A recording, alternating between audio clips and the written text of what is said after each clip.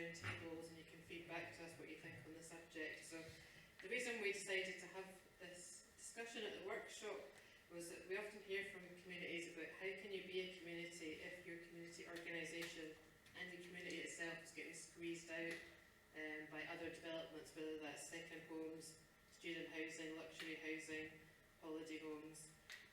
How can you hold on to your young people? How can you make your place livable for people if you're subject to all of those pressures, and how can you fight back? And we also hear from our communities who worry about the work they're doing, making their place so attractive to live in that they attract people into the area, which in itself pushes up house prices. So I'm going to hand over to Saskia now. We thought we'd do some, for once, like cross-border knowledge transfer from England to Scotland, and we contacted Saskia's project and discovered she's from Glasgow. Yeah. I was really excited about it. I was like, yes! So, yeah, Saskia is from Public Interest Law Centre, and I'll just hand over to her now to tell you about the work that she does. Hi everyone. Yeah, I'm so grateful that Community Land Scotland invited Public Interest Law Centre to come up and chat about some of the things that we're doing down south. I'm also really excited to hear from everyone here about the issues of gentrification you're facing. But what I'm going to do in this presentation is talk about what I know, and what I know is what's happening mainly in London and across England. So forgive me for focusing down south, but I hope that we can kind of learn from each other. So yeah, I'm a legal caseworker, and I'm a community legal organiser for Public Interest Law Centre, and we do a lot of different types of legal work, from legal education and legal support to communities, legal research, and we work in various areas like housing law, public law, actions against public authorities, and we also are instructed in a couple of different public inquiries like the undercover policing inquiry and the code inquiries, kind of broad. However, today I'm going to speak about our gentrification project, which was launched only last year. And the second part and the name of the project is very important. It's access to justice in the class-based transformation of urban space, and we can take urban out of that as well, it doesn't have to be. Okay, yeah, so first I just wanted to set the scene a little bit about what's happening in London, and I suppose a little bit broadly as an example of what's happening in other parts of the country. A snapshot of it. You know, in 1979, 42% of people that lived in Britain lived in council homes. In 2016, that figure was just under 8%. So it's an enormous drop, and I know already today I've heard right to buy being talked about. I'm not going to go into the complete ins and outs of why that is, but I wanted to state the fact because it's very dramatic. Across London, there are over 100 housing estates that are currently at threat of being demolished, which is really dramatic given we're in an acute housing crisis in the capital. I wanted to say as well, to set the scene, to talk a little moment about empty homes, which I think we're going to hear about a little bit later, but in the capital, in London, where there's a hell of a lot of people, there are still lots of long-term vacant properties. So there's around 34,327 properties that are empty in the capital, and that rate has shot up over the past 10-15 years. Across England, that rate's closer to 250,000, and because I'm standing here today, I did actually have a look at some of the Scottish stats as well on long-term empty homes, which in 2023 seems to be over 46,000. And again, that has gone up dramatically since 2015. In 2015 it was at 15,000, just over that, so it's gone up dramatically. And additionally in 2023, the figure that I found for second homes was 24,061 second homes that for a lot of the time lie empty. I want to say as well in London that the situation is also very dramatic because the living conditions of families that are essentially classed as homeless because they are living in something called temporary accommodation for years, sometimes for 10 years, single rooms with family. This is the city where a 2-year-old wee boy in December 2020 died of exposure to mould. And of course, we are the city of the Grenfell Tower disaster. Additionally, the last thing I'll say in setting the scene, or starting to set the scene, is that typically in London we're told from local authorities we do not have money. We don't have money to refurbish these council estates, and demolition is the best financial option. We don't have money to build homes. Well, we also have to think about actually what are the stats, what is the money that's floating about, and I found this really dramatic figure that was from research from a body called the London Assembly, which is essentially like a London-wide council, so official figures. And it found that if every housing benefit claimant in London who lived in private rented sector lived in a council home instead, there would be a saving of £938,810,772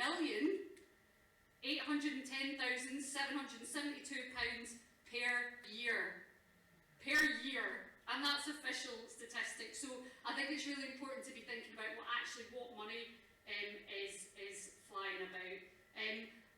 I work in the legal sector, I go to planning law conferences, it's all very exciting, not really, but I was sitting in a planning law conference last year, hundreds of people, and even from the top of that planning law conference that is mainly lawyers that assist developers, they said the building of social rented homes, so social homes, has fallen off a cliff edge, and that's what they said from the top. Okay, very quickly, we talked a little bit about metrics in the last session, about what's the metrics of gentrification. A big one is children. So again in London, between 2012 and 2021 there was a 17% decrease in the birth rate. There is a dramatic situation in terms of school closures, and the worst hit area of London for school closures is Camden. London Borough of Camden in North London, which has got the second lowest birth rate in the country. The average house price in the area is more than 1 million, and that's the same borough that are publicly saying that our land values are our North Sea oil. That's how they're describing it. That's how valuable their land is there. And again, that's closely followed by places like Hackney, and in South London, places like Southwark, 16 schools have closed. Okay. And very quickly, again, if you're a leaseholder in an estate, you're not safe if you own that home. Typically, they're the households that end up furthest away from estates if an estate is demolished because they can no longer afford to live on the redeveloped estate, and so they typically end up outside of London. And that's a map from the Haygate estate, which is an infamous estate for anyone that's interested in gentrification and housing, where over 900 social homes have been lost post-demolition. And finally, on setting the scene, I have to touch on the environmental impact of demolition, because it's something that lots of campaigners and housing campaigners and environmental campaigners are talking about. Is not just talking about the cost to communities of displacement and being moved, but also linking that with the environmental cost of demolition. What does it mean when you demolish a home? Well, actually, there's a massive carbon output that goes along with that, and those links are being made, and they're really exciting and they're really good. Okay, now I'm actually going to talk about some examples of what we've been doing kind of in amongst all of that scene setting. Well, like I said, our project is called Supporting Access to Justice in the Class-Based Transformation of Urban Space, and we've been producing research related to what's happening with the types of housing being reproduced after homes are being demolished and after estates are being demolished. We have been supporting communities to understand jargon, understand planning jargon, understand jargon from the local authorities. But most importantly, what we've been doing is supporting communities to litigate. As lawyers, we're like, we want to bring your case to court, and we want to support the aims of your campaign using the law as a tool. And I'm going to talk about a couple of examples where we've tried to do this now. So, I want to introduce you to an amazing, wonderful woman. We'll play a clip in a minute of her. She's called Ison Dennis. She's an absolute battle woman in London in terms of gentrification. Ison lives on an estate called the Aylesbury Estate in South London. It's enormous, and local authority and actually the government has been interested as well in this, have been trying to redevelop and demolish that estate since the 90s. It was Tony Blair that was kicking about talking about this. That's how long ago it is. And Ison's been there throughout it. Not just Ison, a lot of residents, a lot of community members have been there fighting tooth and nail to keep their homes standing. And they've done this in all sorts of ways. They've occupied empty homes. They have held amazing exhibitions. They've protested, taken direct action, all sorts of things. But when we, Public Interest Law Centre, started our project, we visited Ison in our community and thought, okay, how can the law help you in your aims? And so we opened a legal case for Ison related to a phase of redevelopment that was directly threatening our home. Our home would be demolished, and we were like, okay, let's investigate this and see if we can stop it. Listening to the community and then trying to use our resources to take action. And we did. And we got permission in the High Court, so we got permission to have a case heard related to, and it's very technical, so I'm going to do it very generally. It was related to basically the historical planning permission for the whole estate, which was in 2015. It's quite old now, yeah, like 9 years old. The developer was trying to chop and change what they had promised and been consulted and given planning permission on for this latest phase. What was it? More private homes. What was it? Higher, taller buildings. They were trying to chop and change while no one was watching, which is, you know, what typically happens. But we brought a case, and the next clip, and I'm going to hopefully show this video. Hopefully it works. Is it going to work? I want to press it and see if it does it. Oh no. Oh no. Maybe we can come back to it. There's a really good clip on BBC London News of our day in court, which is an excellent, it kind of wraps up what the goal, it's kind of working there. Give me a second, it's working up there. I'll tell you what, maybe we'll come back to it at the end. I'll come back to it at the end if I can figure it out while people are chatting. But we got our day in court, that's the point. Got our day in court, the community were all down with their banners, and we made as much noise as possible. So yeah, we got on BBC London News, we were in lots of press, even before we won the case, because we won the case, we'll get to that in a minute. Point being, how did we use, as lawyers, how did we use our resources, our tool to support their community aims?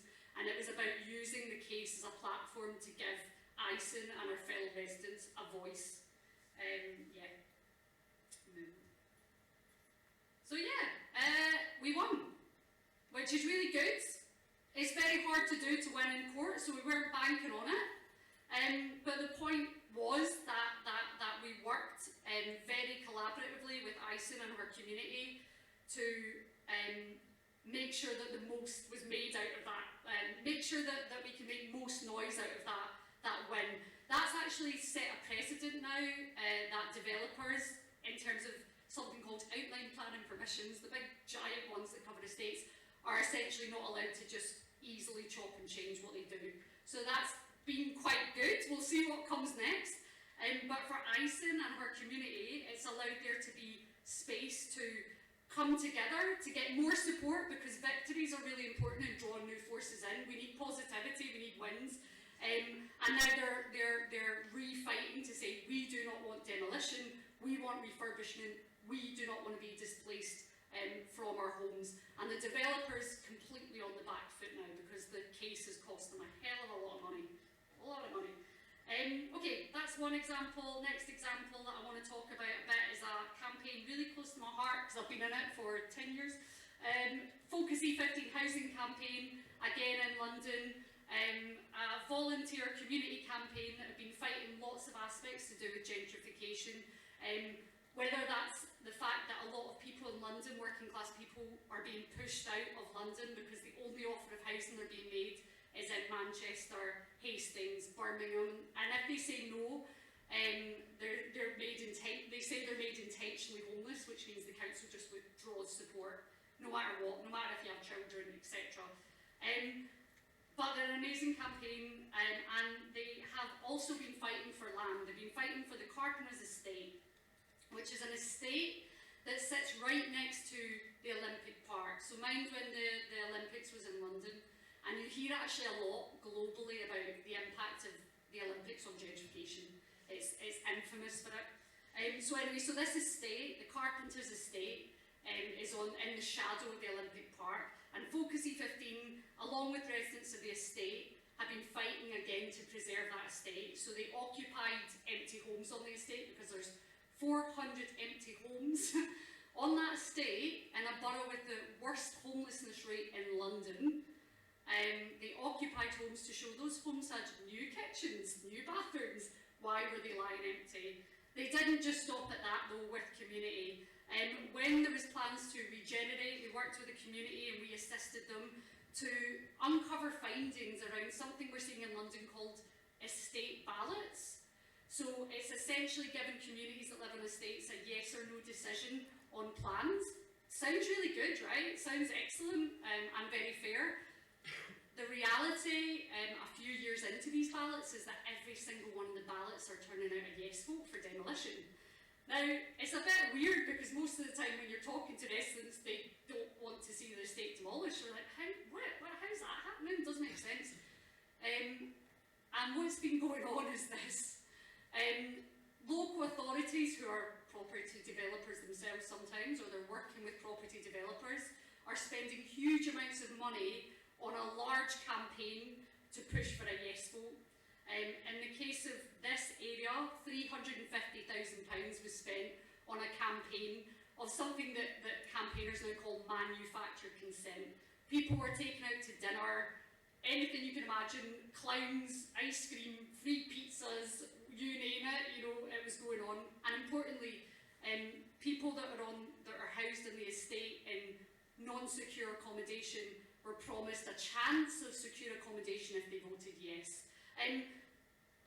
The reason I wanted to talk about it though is again to just talk about how the community fought back. They exposed the fact that this amount of money was being spent, and they launched, with our help, something called a push for a resident empowerment fund to balance the playing field of resources. If they're able to campaign for a yes vote, how do communities get their own independent advice to campaign for what they want? Maybe it's a yes vote, it's probably a no vote, that how do we level the playing field?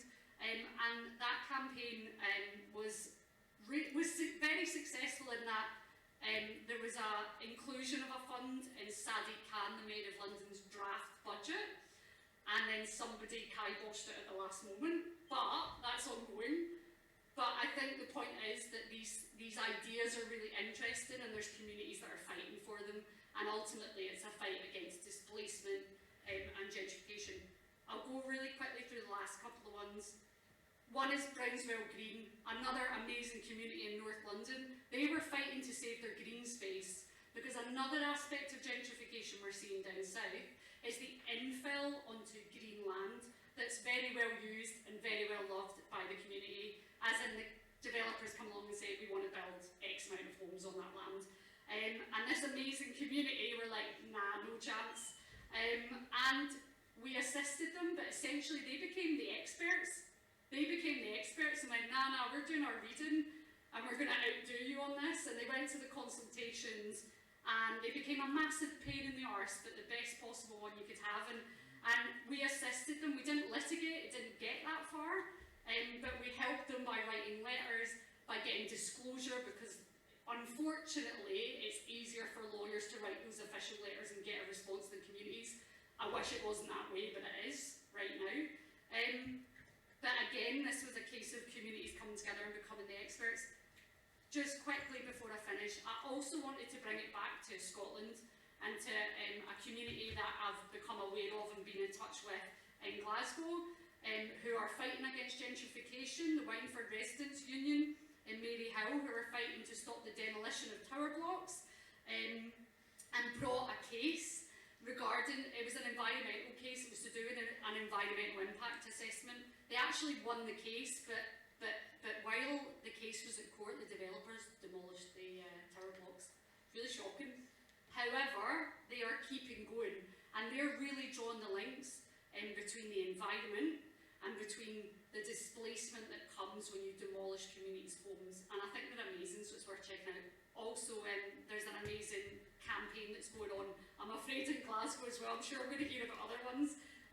But to do with a park in the south side of Glasgow that communities are fighting because their park, basically they've locked the gates of this park for a community football club, and they're saying, no, we want our land, we want our space. So the message is people are fighting back. That's only my little imprint of what people are doing, and I'm really excited to hear about what's going on with all the news and how people are fighting back. My lessons, not that much. What I can say is that I think campaigning is actually beautiful because there are no limits to what you can do. Working in the law, there are limits. It's a conservative space, it's arguably a hostile space for normal people. Campaigning, nah, you can do what you want. And for people like me, for lawyers, I think it's really important that we are there to listen and respect the campaigners and respect other tools that they're using to resist, and that our tool isn't better than any other tools.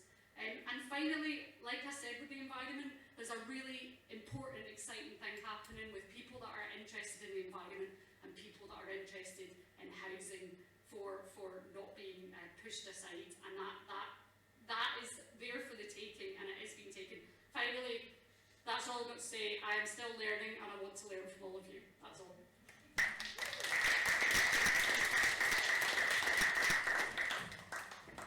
Thanks, Saskia. I'm doing one attempt to get your film to work. Oh no, it's so funny. Yeah, it's just gone. So if you press something, I don't know what it is. I'll tell you what, I can get it on the internet, maybe, well, if there's other Okay. chat, I'll do that, we can watch it then.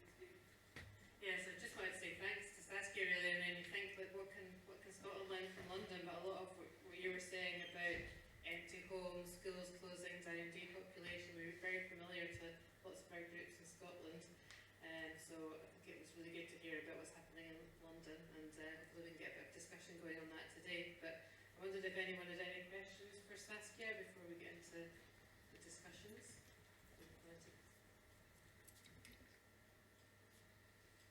You're all being very, very shy. Maybe after the discussion we'll see. Yeah. Angus.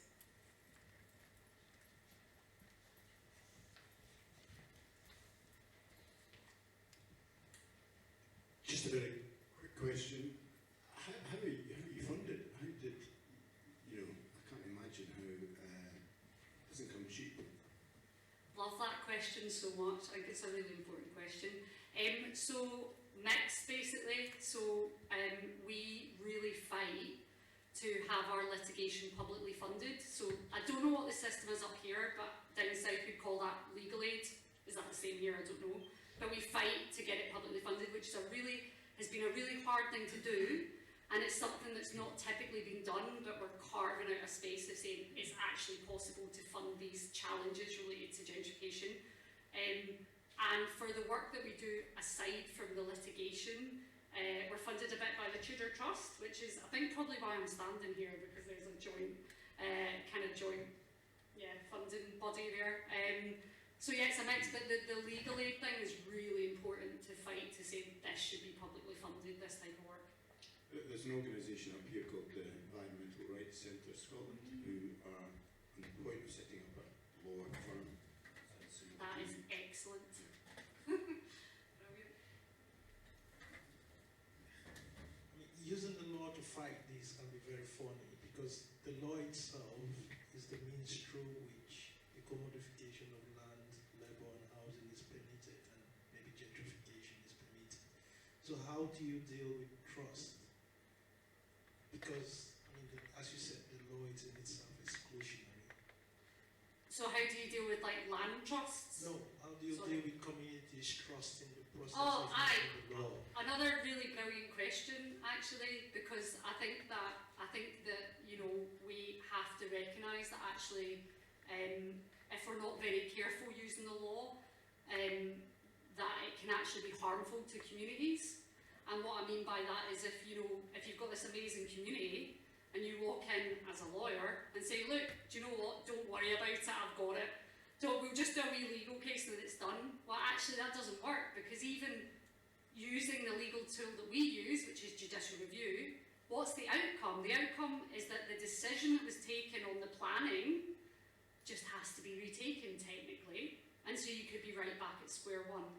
And so I think really the responsibility is that when we first meet a community and throughout that relationship, we're very upfront about the limitations of the law, and we're very upfront about saying campaigning and other tools of campaigning are just as important as this.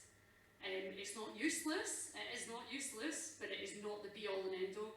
And I think that's the only way that we can have trust with communities, by being very upfront from the start. That's a really good question.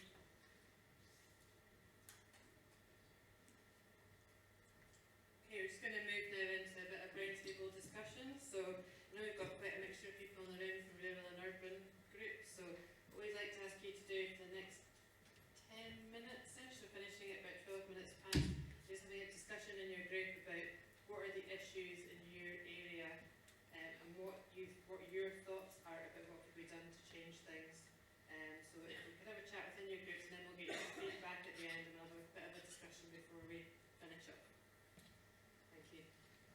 So I'm just going to work my way around the tables if anyone wants to feedback what they've been talking about and any thoughts they have on this subject. People from the other workshops may start drifting in at some point, but we're just going to talk over them. Let's keep carrying on for like another 10 minutes or so. So can I start with this table here? What were you talking about, and did you come up with any amazing ideas?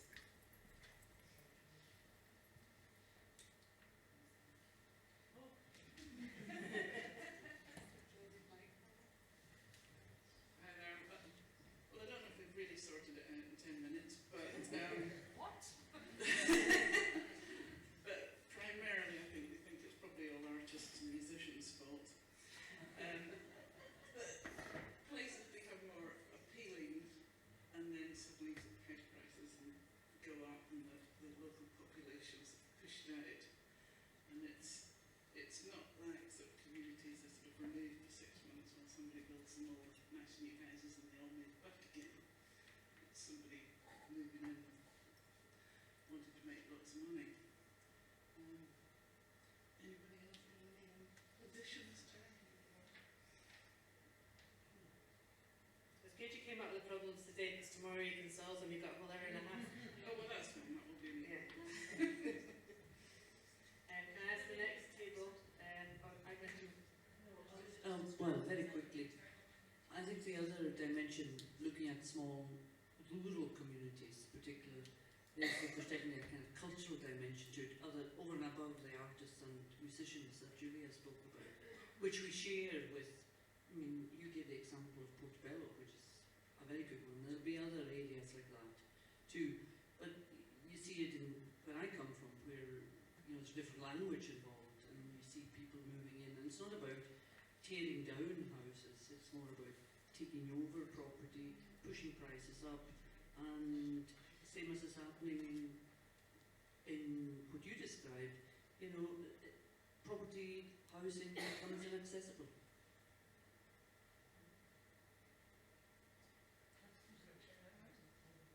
As the next table to feedback.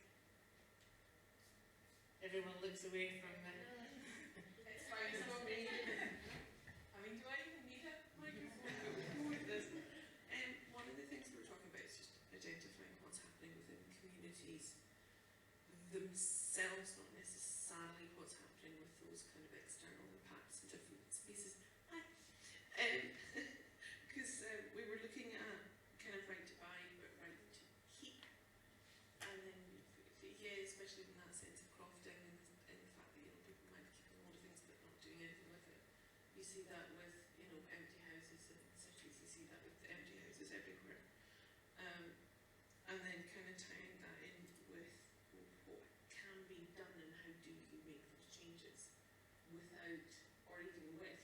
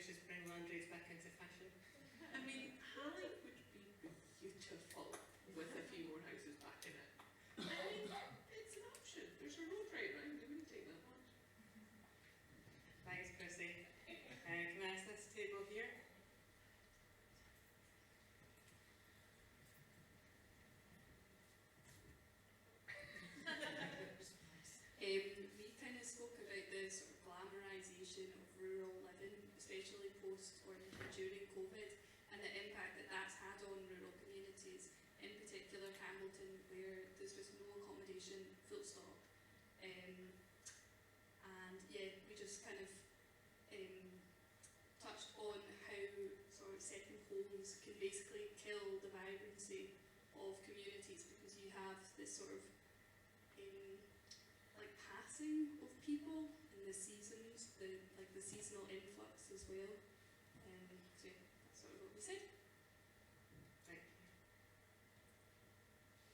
Another thing which brought to mind your slides was probably the squatting campaigns, right? The people who were squatting. And actually a friend of mine came, he's part of the government in Russia, and they looked at that whole concept of squatting and they wanted to bring it to Moscow, saying, wow, this is amazing. Because if you look at it, one of the most famous artists in this country, they really grew up in squats, where they kind of lost that responsibility to keep paying something, so they just had a holiday for a couple of months or something where they can just create and open up. So it's actually, there is, in UK, there is the ground that can somehow channel those empty buildings into something. How can we look at it and use it as an asset, perhaps, not just... yeah, so there's something which is not necessarily all countries around the world have it. Perhaps maybe look at it as well and see if possible to channel it somehow. Thank you. And finally, we go to the table at the back.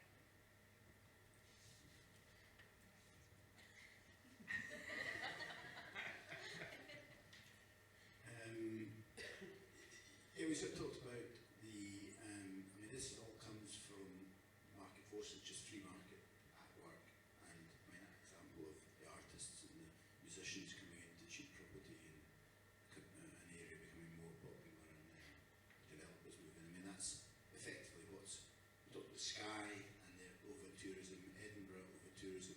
So without some kind of intervention, either by the state or by direct action, we were talking about by tenants or the residents, there ain't a solution to it. So whether that's, you know, like short-term lets that they've restricted in Edinburgh, or land tax, land value taxation, which is somehow getting into the nuts of the thing, because it seems to be that it's land values that drive gentrification.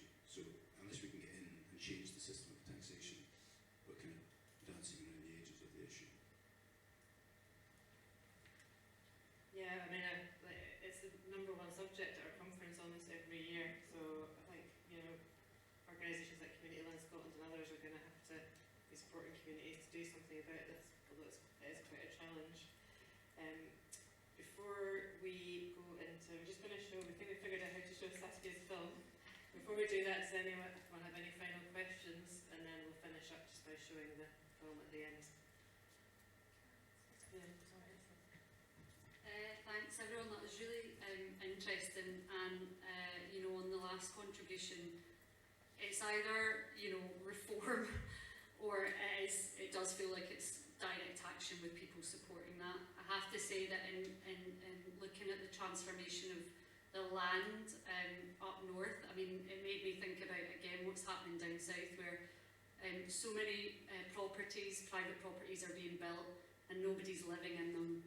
Because actually what it is it's better to put your money in property than in a bank account. And so if that's what's happening in the capital, you could only see it growing elsewhere where these homes will lie empty. The benefit is that clearly this is happening across the country. It makes me think of Cornwall as well. You hear a lot about second homes. Like, how do we bring that power together and that connection together actually to say what are we going to call for across the country? That's, yeah.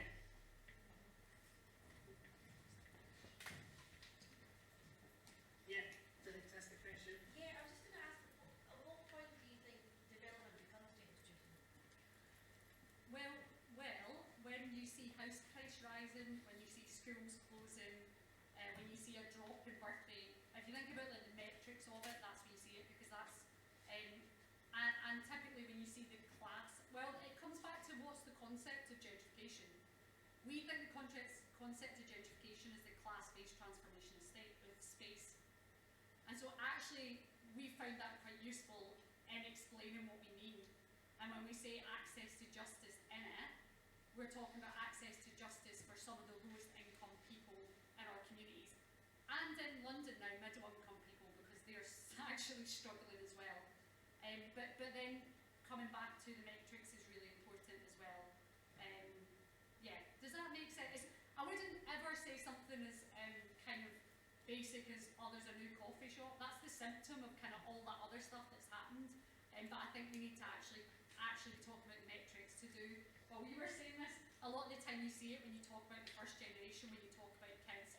Are kids living here? Are they being born here? Are there families? Those are some of the really key things to focus on when thinking about what is gentrification. For me. Thanks, that's a good note to end on. I've been told I just need to say the word play into the air.